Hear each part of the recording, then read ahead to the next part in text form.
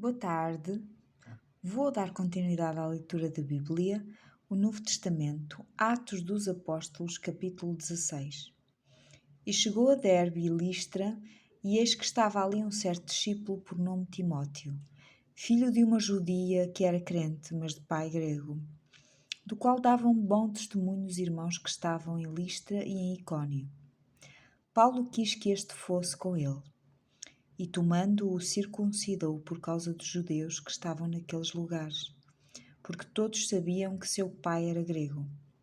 E quando iam passando pelas cidades, lhes entregavam para serem observados os decretos que haviam sido estabelecidos pelos apóstolos e anciãos em Jerusalém, de sorte que as igrejas eram confirmadas na fé e cada dia cresciam em número. Visão de Paulo em Troade. E passando pela Frígia e pela província da Galácia, foram impedidos pelo Espírito Santo de anunciar a palavra na Ásia. E quando chegaram a Mísia, intentaram ir para a Bitínia, mas o Espírito não lhe permitiu. E tendo passado por Mísia, desceram a Troade. E Paulo teve de noite uma visão, em que se apresentou um homem da Macedónia, e lhe rogou, dizendo: passa a Macedónia e ajuda-nos. E logo depois desta visão procurámos partir para a Macedónia, concluindo que o Senhor nos chamava para lhes anunciar o Evangelho. Partida para a Macedónia, Paulo em Filipos, Lídia convertida. E navegando de Troade, fomos correndo em caminho direito para Samotrácia e no dia seguinte para Neápolis. E dali para Filipos, que é a primeira cidade desta parte da Macedónia e é uma colónia. Estivemos alguns dias nesta cidade.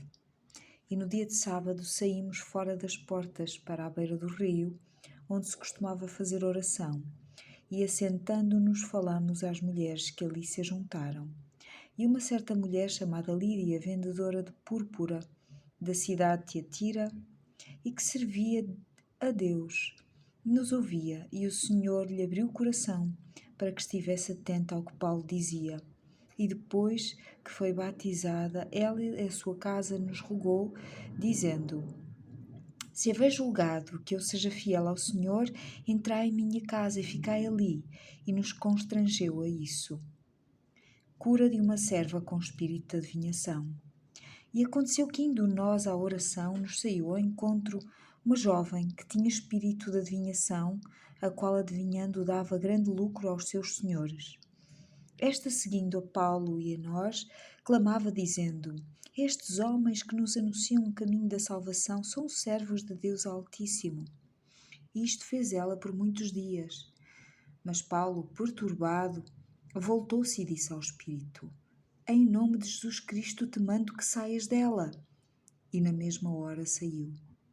E vendo seus senhores que a esperança do seu lucro estava perdida, prenderam Paulo e Silas e os levaram à praça à presença dos magistrados. E apresentando-os aos magistrados, disseram: estes homens, sendo judeus, perturbaram a nossa cidade e nos expõem costumes que não nos é lícito receber nem praticar, visto que somos romanos. Paulo e Silas aprisionados. E a multidão se levantou unida contra eles, e os magistrados, rasgando-lhes as vestes, mandaram açoitá-los com varas.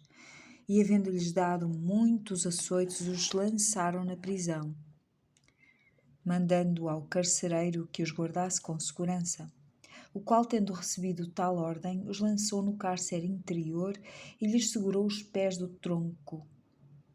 E perto da meia-noite, Paulo e Silas oravam e cantavam hinos a Deus, e os outros presos os escutavam.